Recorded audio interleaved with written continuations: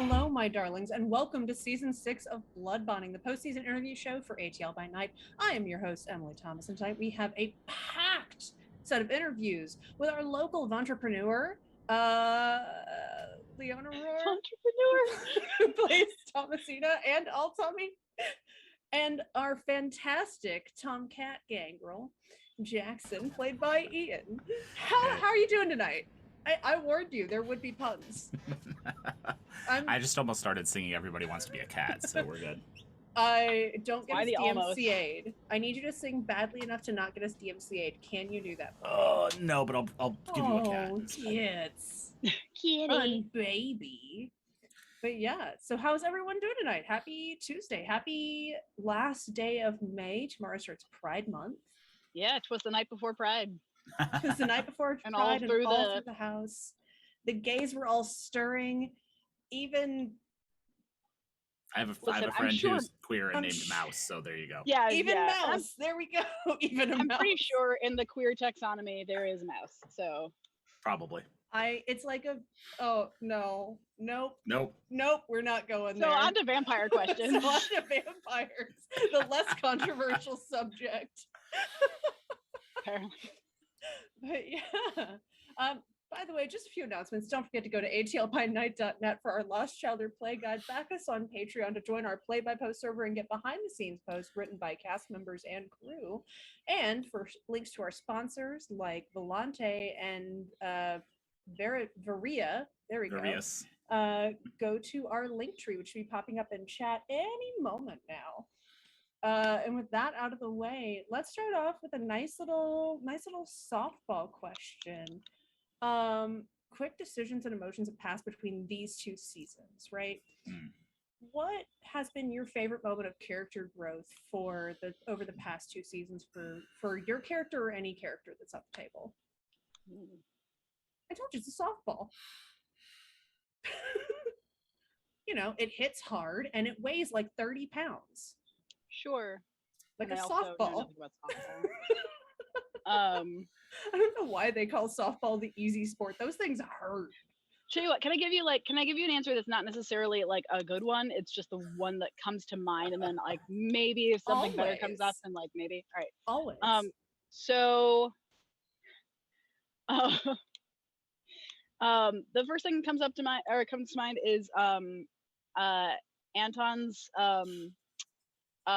touchstone variety. Yes. He's gone through 2 touchstones this season. Well, he's gone through 1, and he might go through a second. He might. Yeah, that to me, like, that sparked a lot of questions about a lot of the principles and the values that any of our characters like do actually hold on to. And you do kind of start after, you've lost a couple of touchstones at this point, you start looking around like, okay, like what is actually something that matters enough to me and my humanity that I'm looking for that in another person, like just in case.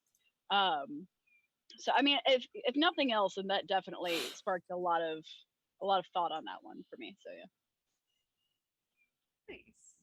And that actually touches on something, because you have an older kindred, and that sort of implicitly states that you've been through that she's been through a bunch of touchstones, and how that impacts her growth. And I've had like a lineup of a couple of the ones for me specifically that have been like more relevant in certain days and ages for Thomasina. Mm-hmm. Sorry, there's a loud ass engine around here somewhere. That's Georgia. Yeah. Sorry about that. No, yep, exactly. It's when all the trucks go revving down the 35-mile-an-hour roads at 70 miles an hour with their mufflers on blast because they need to attract a mate. They do. It's going too fast, guys. Look, for anyone who's in chat who's not from Georgia, this is a very specific brand of Southern humor. It is, yeah, and you're not lying. No. But yeah, so those are touchstone issues for me. I don't know what Jackson's been going through though. Sorry, my brain just went. So my touchstones. Nope, never mind. No, I think in terms of go back. Let's do that. let's dig into that. No. that'll come up in game. Okay. I've been talking with Ellie about exploring more because I didn't write Jackson's back. I've said this before. I didn't write his backstory until like beginning of season 6 because I was originally a guest, and then I was on for a season, and then I moved and was busy and didn't have time, so I finally wrote a backstory for him, and we just had, because of there's been so many great plot points to explore, we haven't had a chance to dig into it, so we've been talking about digging into his backstory and background a little bit more as we're moving into season 8. But no, actually, in terms of the actual question and like character growth, I think I'm very split between Thomasina and Aaron in terms of who I think has, because not so much Thomasina, but like watching Leona go through the Altami storyline right after having like Thomasina discover that you get vicissitude and have that mess with her, and then we're coming back in, and then the entire side story with the SI has been really fascinating, and I think that's been really fun to just get those teases of. And then for Aaron, watching Tyler develop more into, because there's that conception that he's Officer Good Boy, that he's not. He's really not. He's really not. Nope. And I feel like that is starting to come out more and more now, and I love seeing that. Yeah. I really do. It's going to be very interesting to see where that goes in the next few seasons. One of these days we should really ask Tyler what Aaron was doing in the forensics department for the Camarilla, because we all know that had to be a Camarilla job placement, right? Right. Right? Like, There's no way that's not. We're certain that was a Camarilla job placement, and he definitely fudged some evidence. Like, right? even if he's not sure it was a Camarilla job placement, it was. Dot was behind the whole thing. Dot was the reason that Aaron's a cop. That's the slogan for ATL by Night, isn't it? Dot was behind the whole thing. Which one? And Dorothy Oglethorpe was behind it all. So, Ian, you made a really good point. You touched on how Leona played 2 characters over the past 2 seasons. She played Altami, she played Thomasina. Mm-hmm. With Thomasina taking her long trip away and coming back to Atlanta, who was Thomasina most excited to see again coming back? And follow-up, who was Altami most sad to leave behind? Oh, man. So Thomasina was immediately most excited to see Hex again. That entire relationship was something that, like, she'd kind of started building that just before she got nabbed, and it was a whole thing of just like, I see a really god awful, or at least at minimal, like a really sinister relationship between Hex and Dot. And it's not at all an unusual thing for a child and a sire to have like a really fraught relationship. But there's a difference between fraught, which is more, like Sybil and Alejandro. And then there's the actively being used by your sire. That's all that Thomasina saw with Hex. So coming back, it was like, okay, I want to know that she's okay, which is also very much mixed in there. Sorry to anyone who thinks that there's some decency left in Thomasina. But it's also mixed in there very much with Hex is by far one of the most powerful, most intelligent people that she's ever met. And the idea of that power effectively being owned by someone else is untenable for Thomasina. So she is very much like, okay, like that's a relationship like I need to get good in with again, like not a good thing. It's not. But that's something that mattered to her. So that was something she was really just like, I gotta get back in on this. And then as far as who she was probably like who she wanted, like was, who she felt bad about leaving behind. Yeah, Altami. Because she had such a short life, but such a long memory. Yeah.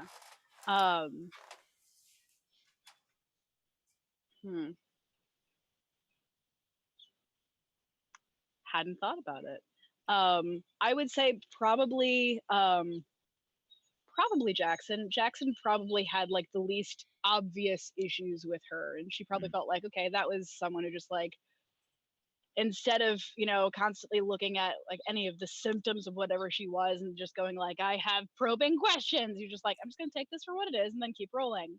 Like, she's not asking for someone to ask her 20 questions. Like, she was made with a very specific job. And Jackson doesn't seem to be someone who necessarily, you know, is going to get really hung up on the detail of where someone came from. And I think that appealed to Altami a lot. So Don't ask me, and I won't ask you. yeah, like- exactly. Yeah. I mean, I feel like Jackson has his own reasons for that. I mean, you know, given that we've guessed that he's probably from Appalachia, given that we've guessed that he probably left people behind. Yeah. Or ran from people. I Yeah. don't know. He's shining. I don't know. He has the Shining. I don't think we're in that No, universe. he was shining. That's the Okay. So Jackson's, you know, speaking of that, he's done a lot of surviving for a long time. Is there anything you think the Shepherds and the Atlanta Camarilla could learn from his experience, or things that he could learn from them about survival? I think there's a lot the Shepherds could learn. Mostly in like basic survival instinct. Look, Not wrong. sometimes the ability to shut the fuck up does not come naturally to people. Apparently. Not even to Aaron. Like, there's so many moments Every where just once like in a while, yeah. the only other gang girl is just like, The times when Aaron accidentally lets slip information are honestly the most precious because he's trying so hard not to. I'm never sure if Tyler is like aware, because like I'm pretty sure he has been every time, and he genuinely understands like, this is a character driven moment. I'm not going to work against it just because it's easier for me, but this is a real thing. I think so. I think there are definitely moments when Tyler's just like, well, this is what would happen, just like, but it's bad. And so bad. For example, with the council, when he was answering their questions, or Anton's trial. I think Tyler as Aaron did a pretty good job at the trial, all things considered. Oh yeah, definitely. But there was certainly that level of like, how much do I lie versus not? I in all seriousness, and that was a partially serious answer, I think that the Shepherds, in Jackson's point of view, the Shepherds lack a lot of subtlety and survival instinct that he has developed over the years that he thinks is very important to being a kindred. In terms of Atlanta at large, he is still on the fence on whether or not he thinks it's better than any of the other Camarilla cities he's been in, but it's different, and different so far is good. Okay. I don't know if he's not a political person, so I don't think he has strong feelings. He doesn't really have strong feelings on if there's something that like Alpha or the Permanent Court could learn from him, Permanent Council, but he's not sure that it's doing. Just because it's better doesn't mean it's as good as it could be. That's a good way to put it. Which might also explain his mysterious allies who appear to be anarchs. I know there's been some interaction on the Play-by-Post server, back our Patreon, but I know there's been some interactions on the Play-by-Post server to explain that, but you feel like elucidating, because I know that Ellie took over those characters at the table and did a fantastic job playing the anarchs that we had created on server. While Jackson has very specific feelings about Gordon and the twins, because he didn't meet Diesel, I don't think so. Jackson met Jesse and a different group of anarchs, entirely a different coterie, with a different focus, and he likes what he has seen from them, because I don't think it's too much of a secret that like Jackson doesn't particularly like vampires. No. Doesn't. No. He just doesn't like other No. vampires. Really? I think we're all shocked by that revelation. Shocked. Just Absolutely shocked. flabbergasted. Flabbergasted, in fact. God damn it, Emily.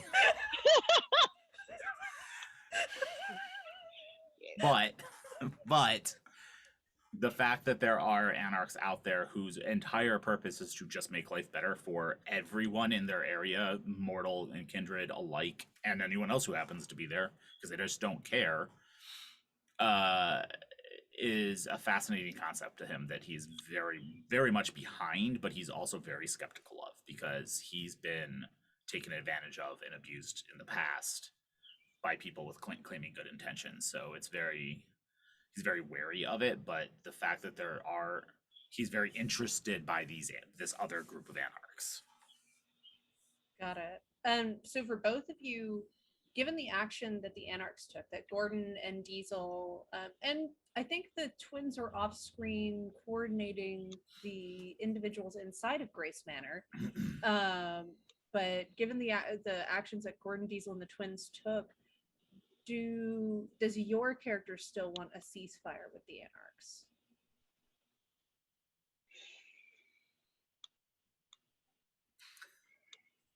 My answer's Ooh, short. that is a lot longer silence than I thought was going to happen. I was So- gonna. My answer's quick and short, but I was letting Leona answer first. But I don't like my answer, but it's the right one. Ooh. No ceasefire. There's no profit in it. We did say Ventru. war is very profitable. Yeah. Especially with regards to this.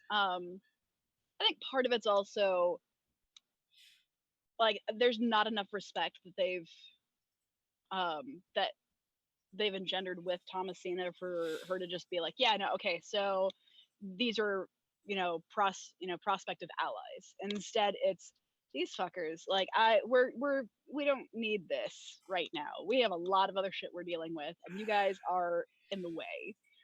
So I'm going to do what I can to make sure that you guys are out of my way while I'm taking care of this. And if I happen to, like, I don't know, loot your havens in the meantime, so be it. Like, it's not a good answer. So it It's sounds the like right one. Thomasina sees them as good marks. I would say that they're good indicators. They're good data points. That's a great. I would love to see a full blog post about that.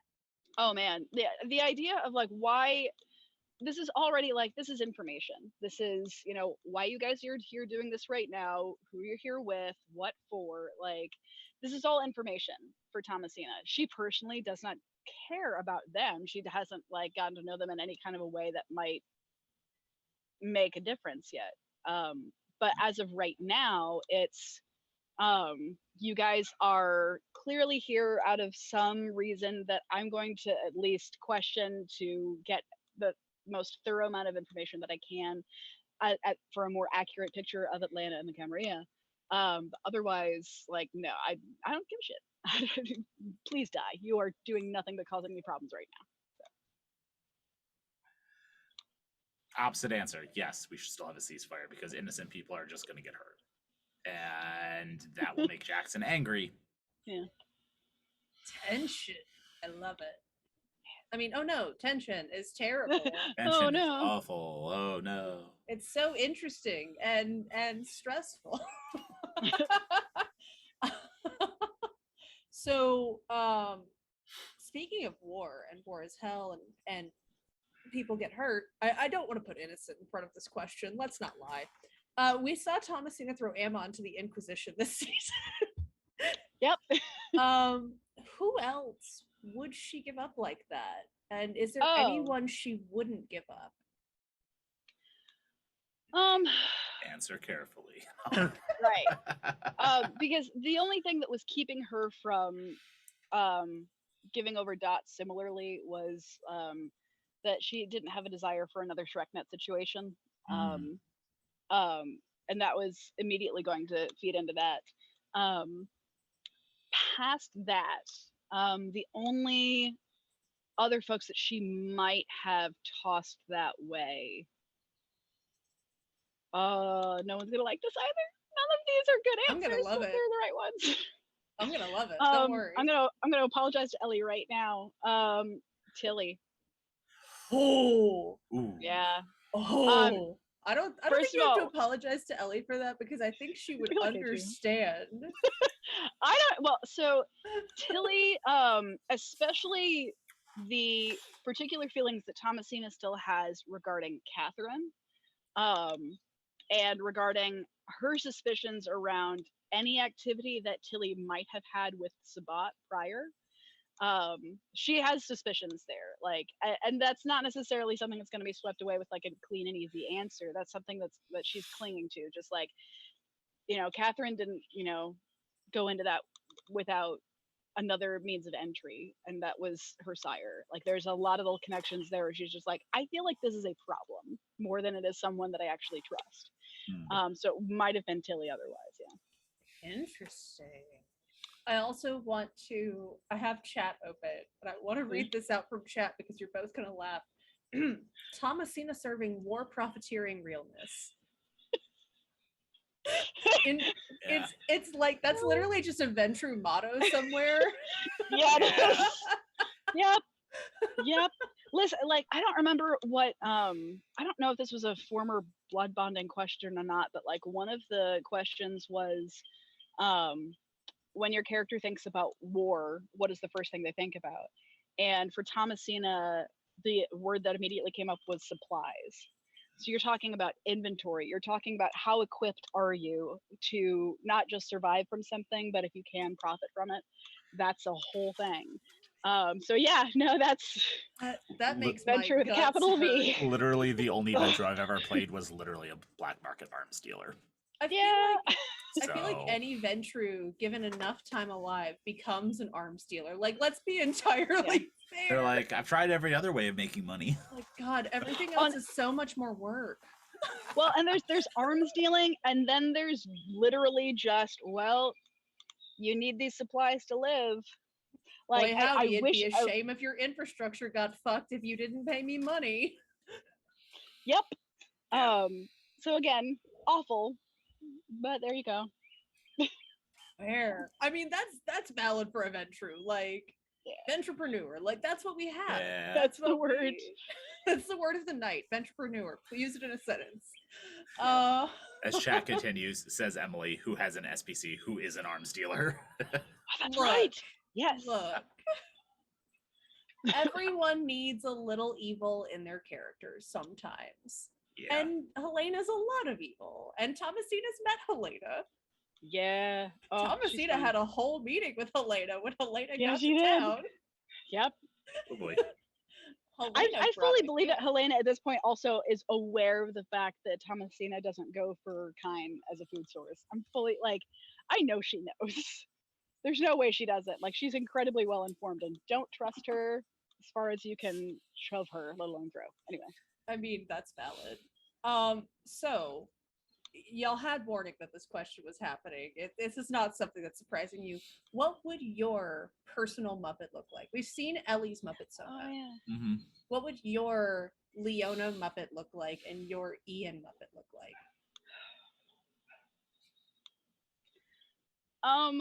Okay. I this may be a fever dream. I can't remember.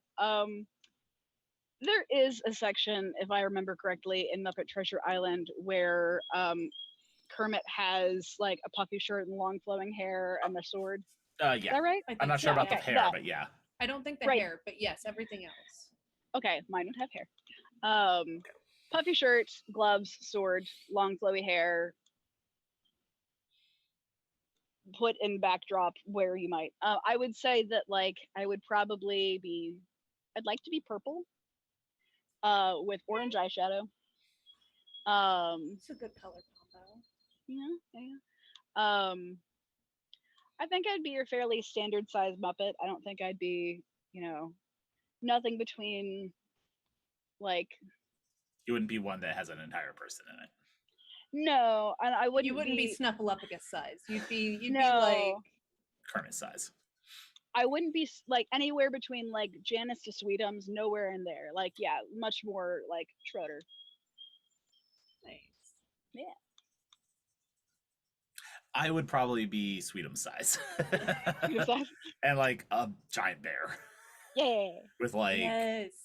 with like a shock of hair and like blue hair or something, and very like metalhead punk looking. Perfect. Nice. Let's see what other interesting. We have a lot of interesting questions tonight.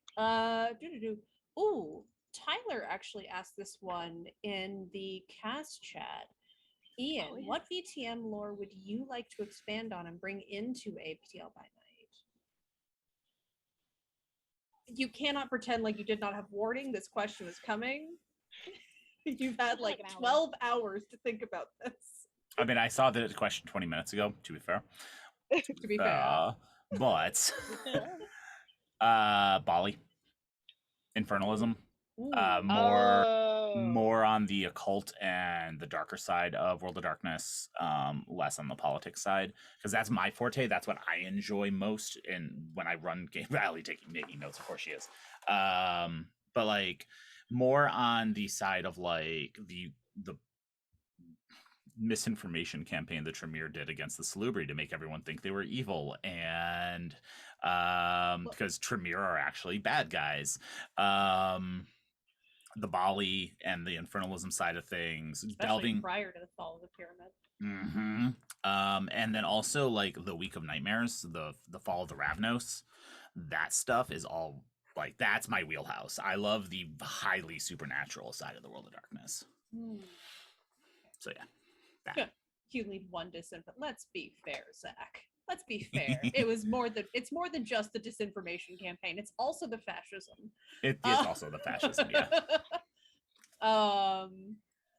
Leona, have you worked with Ellie to determine what Altami is doing now that she's left Atlanta, and do you think she wants to come back?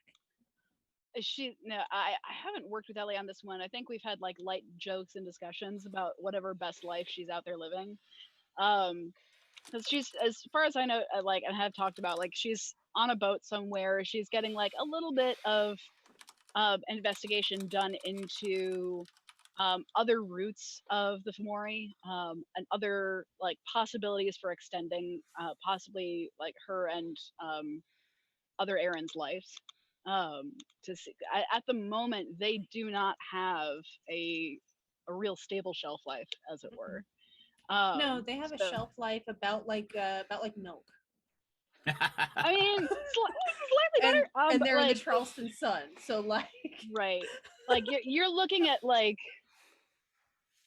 I mean, like 3 to 5 years tops. Like they're not going to stay that long. And I think to a point, Altani, there are butterflies with longer lifespans for sure. Without a pupal stage. But at this point, I think there's a little bit of resignation to like, okay, this could just be how it is. Like we were, you know, it's full. Oh God, you know, we just happen to be that generation of replicants, and we only have this long. It is what it is. But it's still very much the, you know, the search for. There's a possibility here that, you know, given that we are very much individuals, that, you know, to a certain extent, that they may warrant at least the attempt to live a little bit longer and to explore what that is. But specifically where they're going and what they're doing, no, have not talked about that. For both of you, do you think your character would, or for you, Leona, even could achieve Golconda eventually? No. Go ahead. Sorry, go ahead. I've finished it. Does Jackson think he could, or do I think Jackson could? Do you think he could? No. That's interesting. Does Jackson? I'm Sean Connery. Does Jackson think he could? Jackson doesn't know what Golconda is. He's never heard of it before.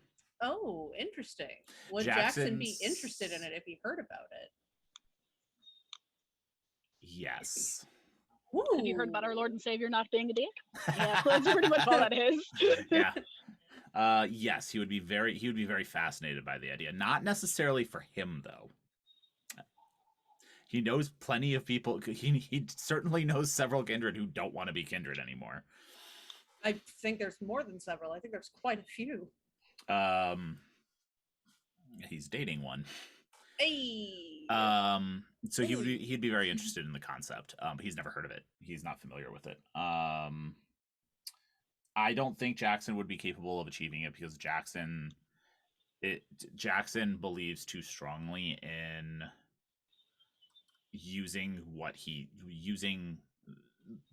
sees as the darkness to protect people. Literal people, mortals, humans. Interesting. Very interesting. Has he unpacked that in therapy? Not yet.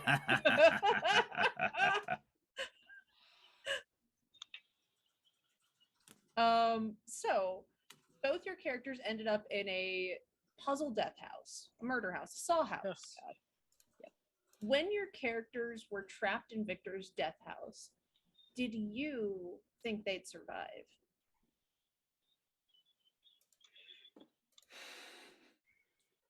I like in game,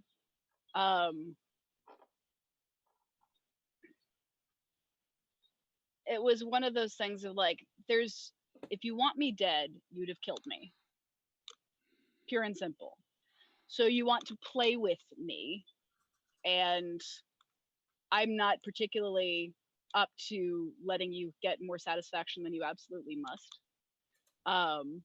So I thought there was a better chance of survival, not necessarily of under ideal circumstances. So.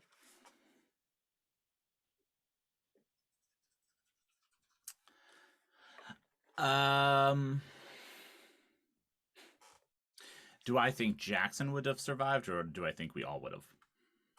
Specifically Jackson. Yes. Okay. I think I think Jackson would have survived. Who did you think was the least likely to survive?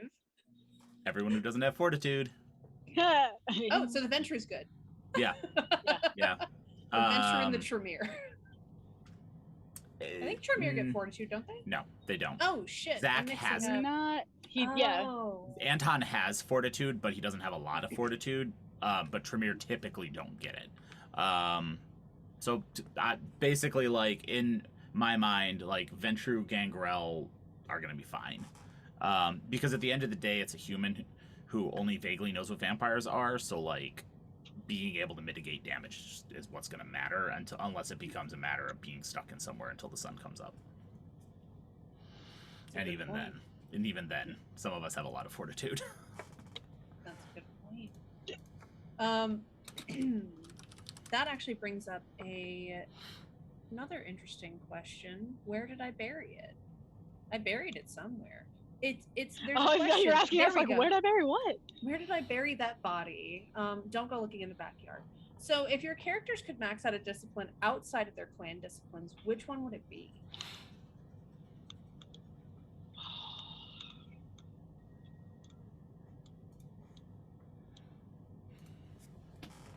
And I'm opening this up to any discipline, not just like the core rule book, but like Oblivion too.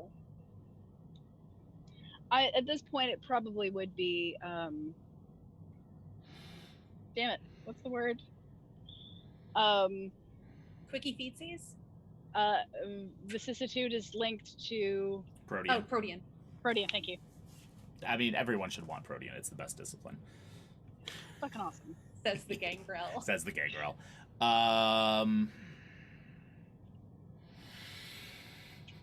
Again, me or Jackson? Like, what would I max out for Jackson, or what would Jackson max out? Either or, both. Jackson would probably take Obfuscate. Yes, and Obfuscate is an underrated power. And I have it, so...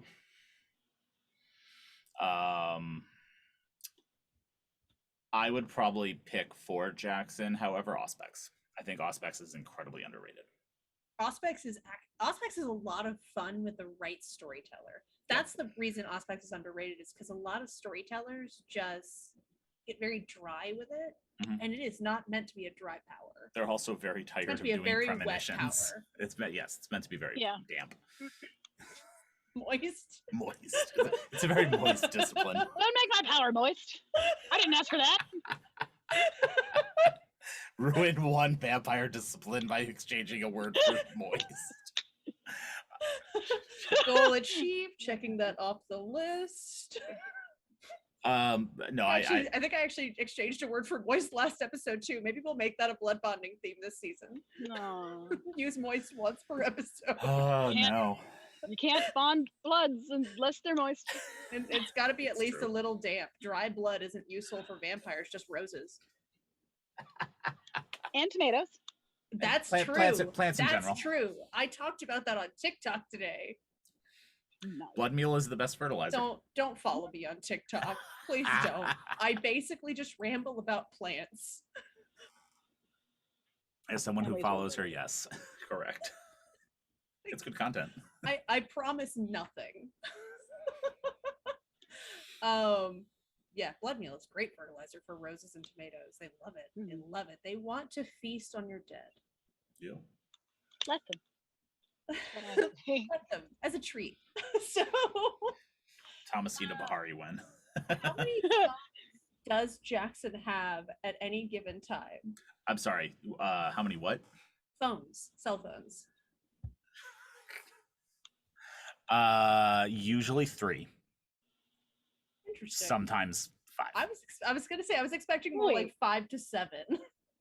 Usually 3, sometimes 5. He leaves 2 in his car, so sometimes he has them with him. I heard thumbs, not phones. Well, he does have flesh crafting. I guess y'all have seen my background now. So one of the on the Play by Post server, there's a really old scene, Leona, that you made for Thomasina, where her beast talks about shame of not having a child. Was that a factor in why she embraced Josie? No. There wasn't necessarily a legit shame in that one. It's something that is very much a part of her sire. Not something that she feels like she has the voice there, and it grates at her because it's something that isn't her. Get there? It got because of him. Like, it's just because the sire's there. For reasons. Tasty reasons. Nom nom. But nom. Eating makes the heart grow fonder. Yeah, a lot of the discussions around lineage with Venture in particular is its own, no real pun intended here, but it is its own beast. It is its own drive, in a different way. And part of it is the guilt of not having a pedigree. Thomasina's sire, like, their relationship was like total 6 months. Thomasina was embraced and was with them for a little over a month as a neonate before things happened. And there was no whole... That's very fast. It was. It was also a lot of a power trip for the sire, who thought that, like, well, I mean, now that, you are very clearly mine in every way that I consider to be of use in this given moment, I can tell you anything, there's nothing you can do about it, basically. And there was a lot of well, if I have nothing left to lose, then might as well lose you first. But that happened so quickly that, I mean, there was no formal agoge with her. There was no, this is your lineage. There was no Here's why you're important, because as far as her sire was concerned, she really wasn't. There was, and this is just a whole lore drop thing, but I'm listening. yep. But Jean-Baptiste de Jourdain was fully intending on like kind of using and dropping her at the time. Like, you're getting up to a culture of creating childer where it's, I'm gonna basically throw you at any of my problems and expect that you'll die for them. Sounds very Camarilla. Very much. And there's some lore in there about how difficult that is in particular for the Ventru, because the idea was not that that should necessarily happen within the Ventru, but that it was something that they would control in other clans. But that's not what happened here. Her sire saw that she had money, that she had land, and that she was in the middle of a war zone and had no problem taking all of that off of her hands. And in the meantime, like sending a neonate into a couple of situations they didn't want to be in. So that's why things did not go according to his plan. But that also left her without the key to being able to present a child back to the Ventru, back to the Camarilla.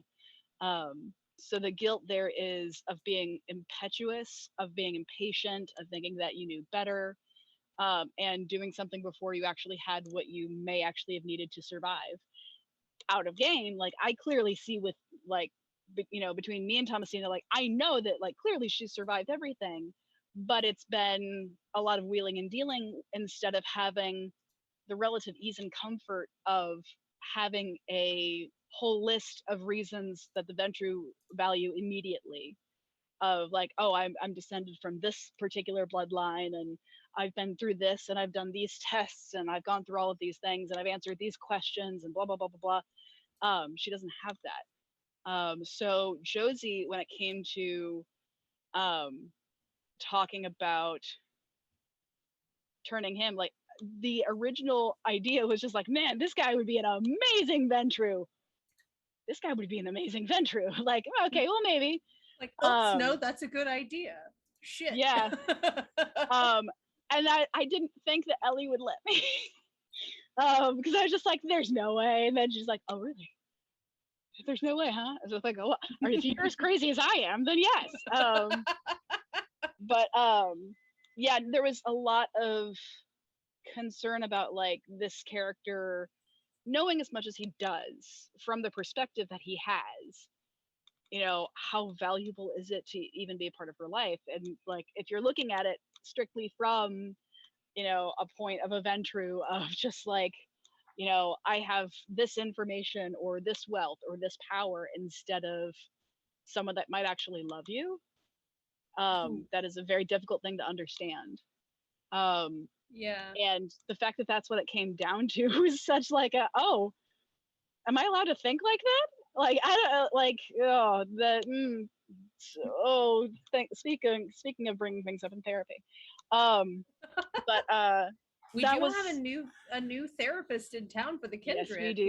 Yes, we do. We haven't seen her premiere on the server yet, but I know she's there. Yeah. So with bringing Josie on, it's about is this a good idea? And it has nothing to do with whether or not it's a good idea. It has everything to do with how close they actually are together. So. This was not a question I planned, but when was the last time that your characters were in love? Because both of your characters are now in romantic relationships. I think and like seemingly for your characters, pretty serious ones. I mean, we've got an embrace, we've got Jackson with Coda. Like, when was the last time your characters were in love prior?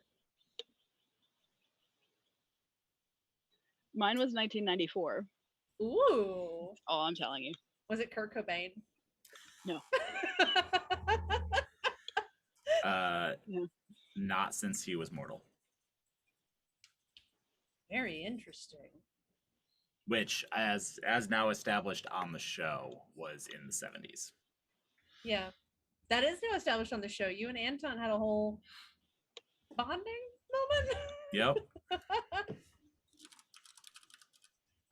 Speaking of, Jackson seems resigned to be a shepherd now. Does he have any experience working as a coterie, as part of a coterie before? And how does he really feel about being a shepherd? He's not thrilled. He sort of got gang pressed into it. He Let's very be much fair. got gang pressed into it. He's not thrilled with like the answer to him wanting to be a bigger part of the city being okay, just join the group you're already with. Like that's not what he wanted, but he does feel like he can help there. And so it's a matter of like what's the best purpose of what's the best use of my time.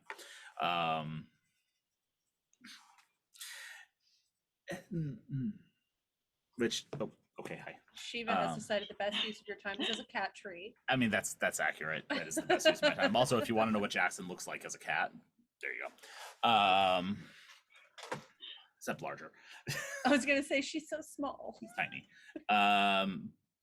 Sorry, I lost my train of thought because of the cat. But yeah, he's not thrilled by it, but he does think it is probably the best thing he could be doing. At the end of the day. Got it. And then Leona, we have a question from Tyler, as Ian had. How have you evolved your approach to Thomasina over the seasons? And I'll say this would encompass all seasons, like from episode 1, back when Thomasina ran into some random dude she went on a speed date with. Some random Russian dude she went on a speed date with. Oh my god. And now embracing Josie. Yeah. The difference has become not necessarily a comfort with monstrosity per se, but enough of it's my next album name. Yeah, comfort with monstrosity. It's a good name. It's a great album name. Someone make an artwork with that. I think what has happened is there is now an instinct for like a lot of what's happened in Blood Bonding tonight, just more openly, where like I know the answer is bad, but it's the right one. So there's become an instinct and a set of moments where I start to realize like, okay, I hate this, but this is right. And I used to feel so bad about, just as a player, like, oh, I'm collecting all of these abilities and how am I using them? Almost never really. I used to feel bad about that. And then it was the more discussions we've had over the seasons about like, that this game is so much more about talking your way through something, not necessarily like throwing abilities at it. That became something I became a little bit more at peace with, and that also meant that I didn't necessarily have to do the talking. I want to, don't get me wrong, I always want to, but it's not necessarily up to me, and it's much more something that I can let other people also be monsters, or I can let other people surprise me with an option I may just not have considered. So it's become much less about like, oh God, I have to bring, this, and this to the table. I have to be prepared to bring those things to the table, but it's not the same thing as, opening up my full bag of tricks and saying like, I have to use all of these. Like I super don't. No. As a GM and someone who's done storytelling as well, I love that answer a lot because I wish more players understood that like there is a difference between feeling like you need to bring everything you have to bear to the table every time and being willing to, it sounds like, trust your teammates to bring what they have to bear when it's needed. We have a really amazing group and we've just kept adding to it. There's so many moments there where like we had God KP love like we had KP, we had Brian from the Gothsicles, we had Jess and Sarah. It's and I didn't even get to film with them. They were so much fun. I'll be like, I they was on the like soundboard. I was on the soundboard for that, and it was legit. It was so much fun. And they're so nice. They're such nice people. But yeah, that's evolved. I think we talked about how Jackson's changed a lot, given that he went from being a one-shot character to an actual character. Mhm. So for both of you, Tyler originally asked this for just you, Leona, but I feel like both of you would have a good answer for this. What 3 words would you use to pitch Vampire the Masquerade to prospective players? Again, I'm going to give you a bad answer. This isn't That's all right. necessarily like I hate this answer, but it's true. Like this is just I'm going to start with a bad answer and then see if it leads me down the road to the right one. And that's the it's political sex pranks. That's my next band. There you go. Oh no. Political Sex Pranks is going to be my indie punk band. It's going to Yeah. be great. We're going to be a Riot Girl style band. You can play See? drums. You don't need to know how. I don't. So there. I mean, I'm interested to see what like the seasoned like many years of playing such games person is going to say because I have no idea if that is the right course of action that I've taken. I mean, I feel like political sex pranks would bring a lot of people into Vampire the Masquerade. That's true. I have a Yeah. marketing I have a marketing mindset more than I have like an accurate one. Like, I think if you told someone, would you like to come play this game with me? Its theme is political sex pranks. They'd be like, I'm All over it. interested.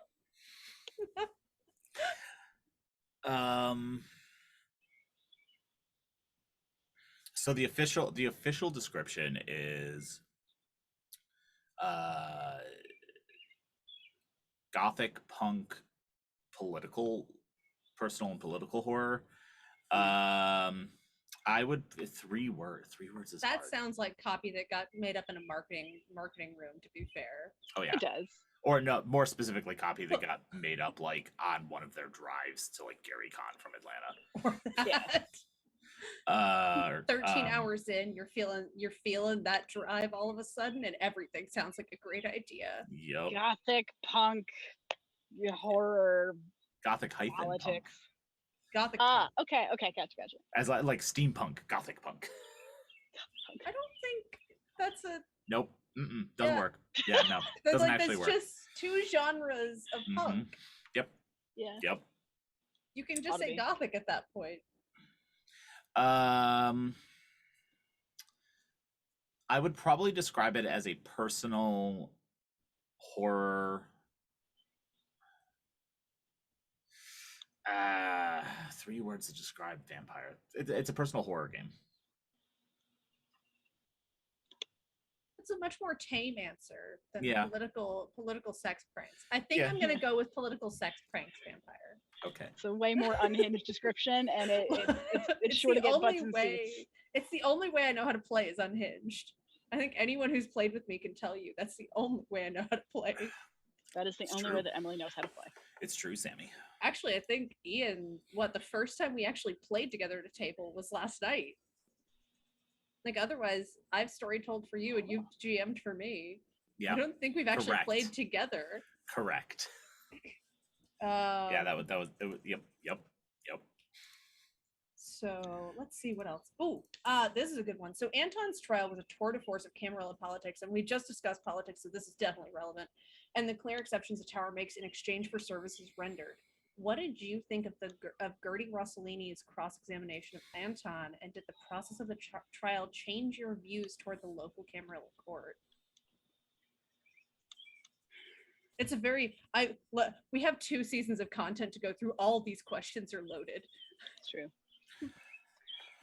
Gertie's incredible as a character, and as like just the way that Ellie played her. Holy crap! I love Gertie. Gertie scares the crap out of me, as she should. I think it just kind of indicates something that if you're playing an older Camarilla member of any kind, then you should know at this point that like the idea of a power hold that a Camarilla actually has is tenuous at best. When you have someone that can like take or leave it, can benefit from it or watch it fall to whichever end happens to suit them, I look at the Rosselinis, I look at the Hakata clan, and I just go like, no, you know what? If they want us dead, it's gonna happen slowly and confusingly, and it's gonna be bad. Gertie is just indicative of like, this is the strength that you cannot control with this. There are a lot of these factions, their relationships are built on, among other things, just convenience and benefit. When those things are gone, those things are gone. I don't necessarily think it changed how I thought about it. It just made it much more clear, just like, yeah, no, this entire Camarilla exists but for luck. Like that's it.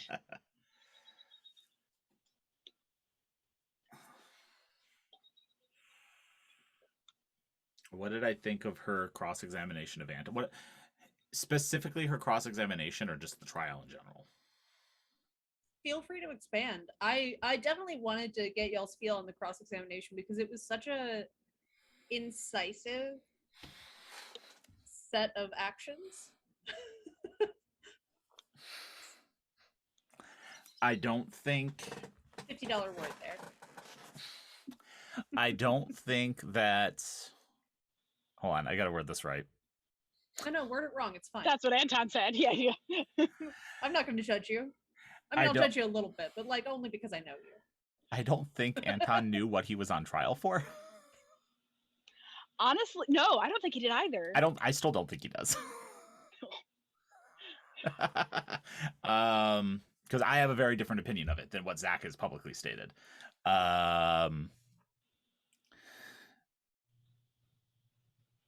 The fact that the trial went the way it did is very indicative of the fact that the shepherds are very powerful. Very powerful. That's true. They are still young, and they do not have the wisdom that comes with the decades and centuries of age that other kindred have. And Gertie's not even that old, but comparatively. I think Gertie's been a kindred for over 100 years based on the rough timeline we were given. Sorry. I think. That's still young in my head in terms of general vampireness. That's still young.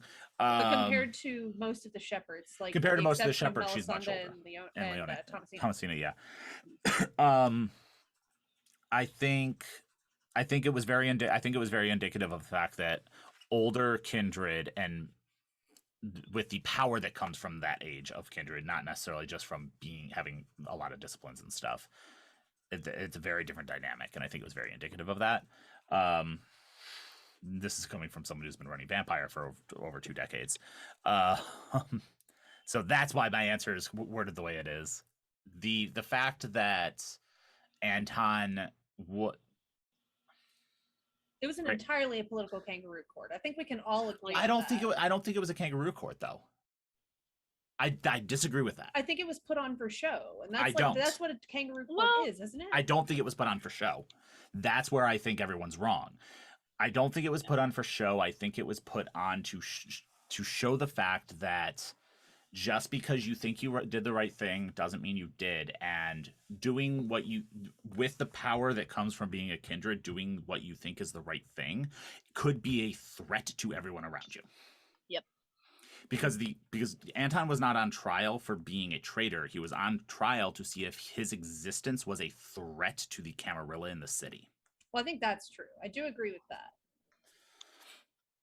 That's what I think. So I think it was very clear that it was a very clear show of the power dynamic between kindred. The age of the shepherds is very different from older kindred, regardless of how much XP they've spent, sort of thing. And the fact that Anton survived the trial somewhat surprises me. I feel like that was also not a given. Like there was not an outset decision of like whether or not he's going to live or die. Like it was actually a decision that was made during the trial. I do think that to a certain extent it depends on which groups decided that he was then in a position to be used for other things at that point, given the scope that had just been on the shepherds and him on him particularly. Is the threat worth the risk of his usefulness? Right. Continued usefulness, yeah. Which is, I mean, that's what every Camarilla is constantly deciding about its members is, are the risks that you're taking worth what you're bringing to the court? It's never like, there's no free ride in a Camarilla. Yep. Speaking of court, we got to see glimpses of a fairy court this past season. Right? We've got so much content we went through. Hold on, I made a summary at one point last episode. Okay, in the past 2 seasons, there has been a serial killer. There has been Anton's trial. There has been the fairy court with Dot's trial. There has been I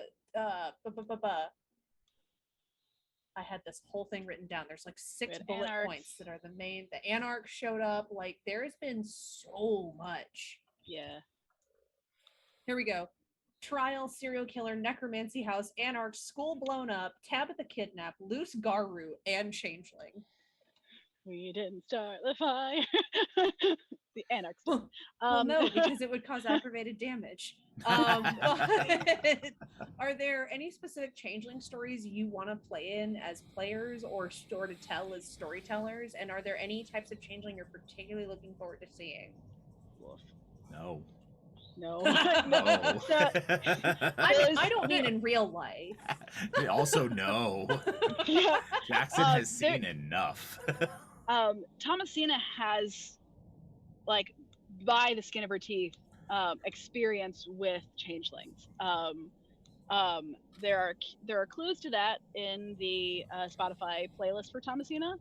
Do we have that? I think we have that linked in the fan Discord. We should. I will link it again. Sure, yeah. Yeah, absolutely. But yeah, so she does have experience with them. I will say that one of her touchstones is linked to the concept of always be true to your word, and that is very much a reason behind that. Interesting. Yep. She does not like them. I can see why any, like, mechanically speaking, World of Darkness, Kindred are some of the weakest supernatural creatures in World of Darkness.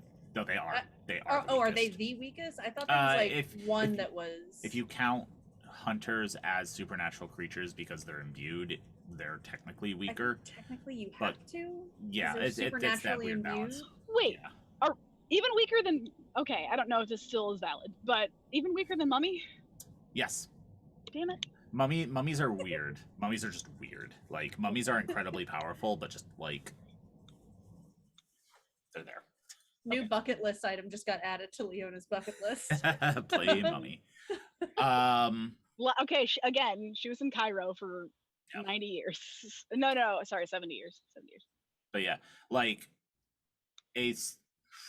there's a ranking, and I disagree with some people on how they rank it because some people rank changeling higher than I do. But it's essentially like vampires are at the bottom.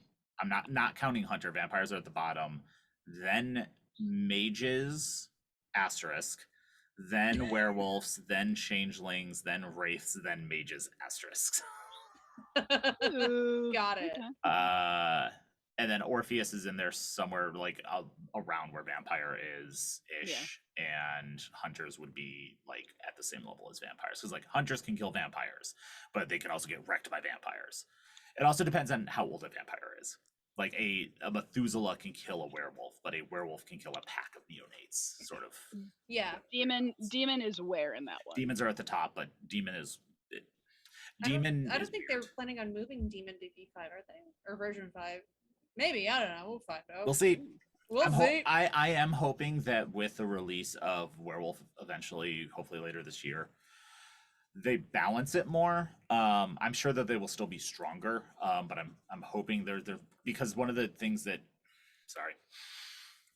tangent. One of the things that they did really well with World of Darkness. We're here for tangents.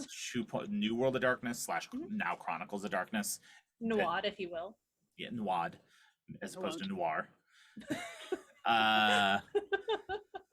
is everything was bound the same playing field. They were all balanced.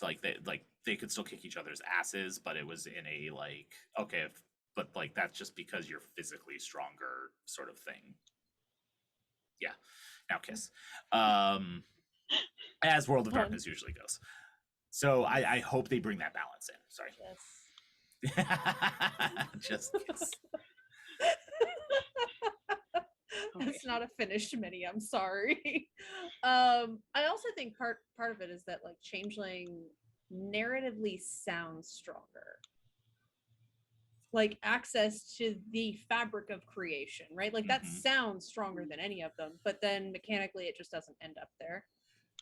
Maybe it will though. Maybe we'll get a C5 that is. I mean, Changeling's biggest weakness is boredom. What does that mean? Because I can see what you mean. Yeah, it's because like banality is Changeling's weakness. It's the thing that negatively affects them. Okay. And it's essentially boredom. It's unoriginality. It's uncreativity, lack of creativity. It's just a lot of potential energy in the waiting, and it's just gonna build until shit happens. Yeah. Whereas with I Mage, bet Changelings love conspiracy theories. Oh yeah. They're the reason they. I'm sure. Yeah. Changelings are cryptids, so like they're like I think canonically actually in World of Darkness, like all cryptids are changelings. That makes sense. Yeah.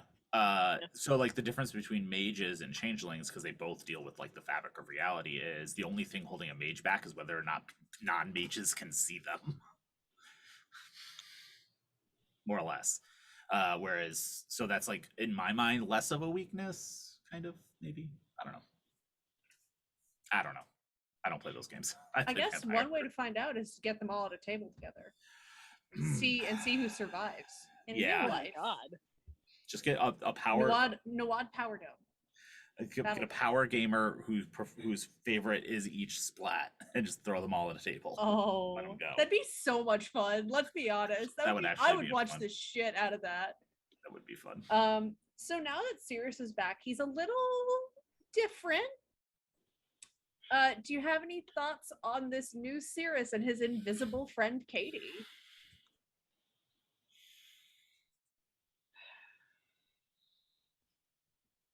I think Thomasina used to see Sirius as someone like she couldn't necessarily rely on without knowing to some extent like the directive that he had. Now she doesn't even know what that is. Neither the fuck does he, as far as she can tell. So now he's extra unreliable and smiles sometimes, and this is a very large difference that she's having to adjust to. This does not appear to be someone that she can like gain any kind of foothold with. That makes her very uncomfortable. And as far as she can tell, every time he looks at her or anyone else there, he seems kind of distracted. He seems kind of like there's a lot of peripheral shit that none of them can see. It's just whatever Sirius has. So I think that she's kind of waiting for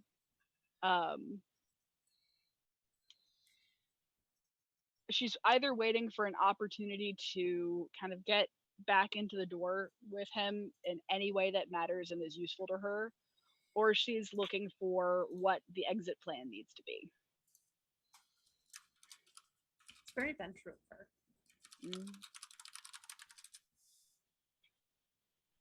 Ian, we haven't heard your answer. So Jackson didn't know Sirius. Oh, that's right. Yeah. I met him once. And I think you mostly only heard about him. I met him once for like 5 seconds. Like him coming back covered in blood. Oh, that's right. Actually, no, I didn't even. That was the holiday. That was my guest star episode. That was your like first. Oh yeah. Oh god. I don't even think was Jackson present for that, or was that just a you present for that for him coming back? covered in blood.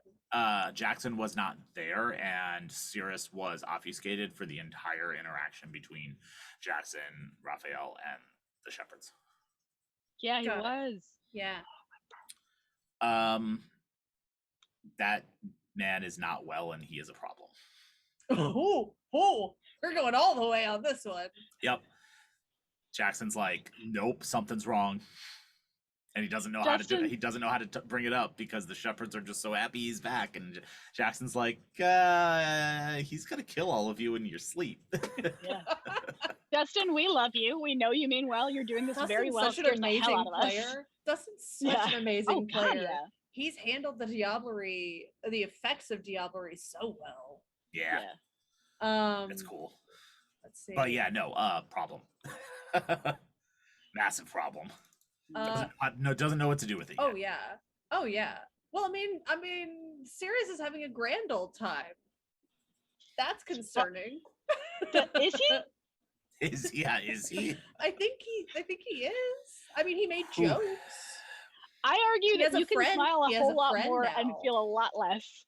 He has a friend now who doesn't care. He has lots of friends, okay? No, but he has a friend now who he'll never lose. Yeah, he had a bunch before. Like, the fact that Catherine is presenting that much more in him is because she's that strong. But I'm like, no, this was someone who was brought in as a Banu Hakim. Like, there's other people in there, okay? But they're behind a hell of a firewall right now. So it's Catherine is a firewall. I love the Banu Hakim Bane. Like, it's so good. It is so good. Just narrative, just juicy narrative fodder. The encounter with Gordon, Diesel, and the twins marks the first appearance on screen of Anarchs in town. Has being shown that viewpoint changed how your character sees the world of Kindred? Just no.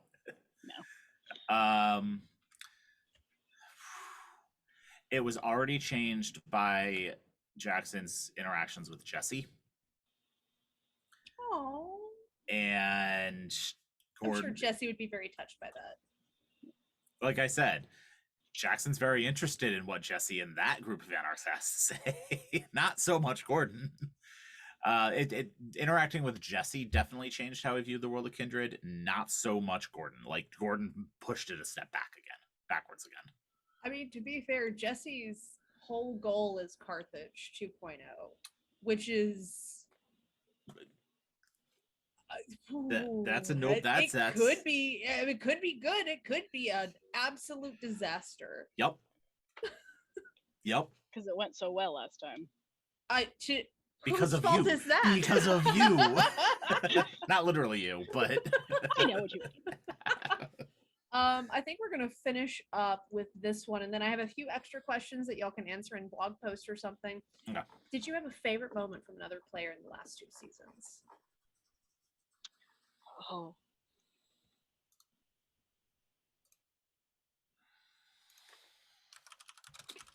The last 2 seasons.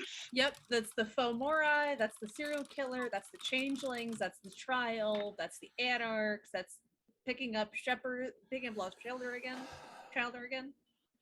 There's so much content to pick from. From one of the other players, you said, right? Yeah. Okay. I mean, if it's from Ellie technically counts as a player by being the storyteller. I was gonna say, it's because like Gertie is still a fascinating character to me. Hot take: storytellers are players too. There you go. Gertie is incredible. Someone start discourse.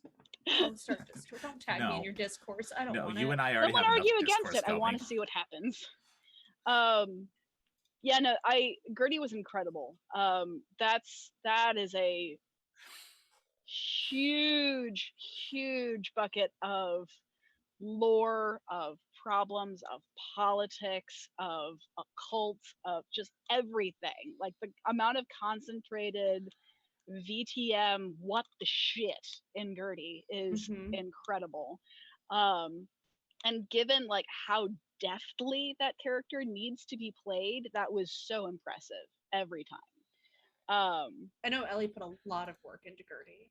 You'd have to. Holy crap. Like there's like to be able to do that and then to perform it as though it was a very extemporaneous, like, I'm completely aware of what's happening here and there's no way you're going to get around it, but I'm still willing to play with you, not entirely against you. Holy crap.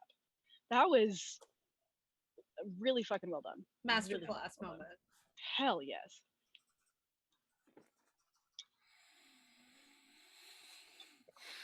And Ellie can't make us stop complimenting her. She can't. In this moment. She can come. I can't see. I'm sorry. I can't. I can't hear you. No, no. I can't hear you. I'm sorry. I could just turn off the stream. No, you can't. I'll go over to your computer and turn it back on. You're in the same room as me. Whoops, technical issues. You're locked in here with me. Yeah. Sorry. Also, what you said was like, I want to see people like, I want to see someone disagree and see what happens. I bet they'll never get to play in another game for the rest of their life. Because guess who has to run those games? Mm-hmm. No. But to the question, Gertie, 100%. The entire end of season 6, honestly. The entire Frankenstein, Jigsaw. There were a lot of really good moments in the Death House. Like Aaron nearly frenzying was a great moment. That was like and then I think Sarah was at the table as Sybil, injured with like lowered humanity, and that moment, like there's so much good from the Death House arc. It was so good. Just from everyone. Aaron almost sorry.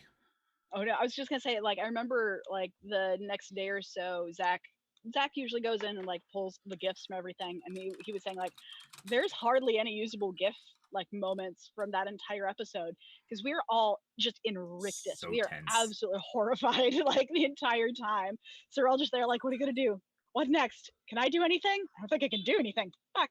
It was so good. Was. Aaron almost frenzying actually like inspired a discipline like an XP spend from me at the end of season 6. Nice. I love when story moment. I'm a big fan of leveling based on story, not leveling based on mechanics, because leveling based on mechanics is okay. Just power grading. But leveling based on story, it's like it means something. Oh yeah, that's normally what I do. With that, I want to thank you both so much for joining me. Where can people find you? Do you have upcoming projects to promote?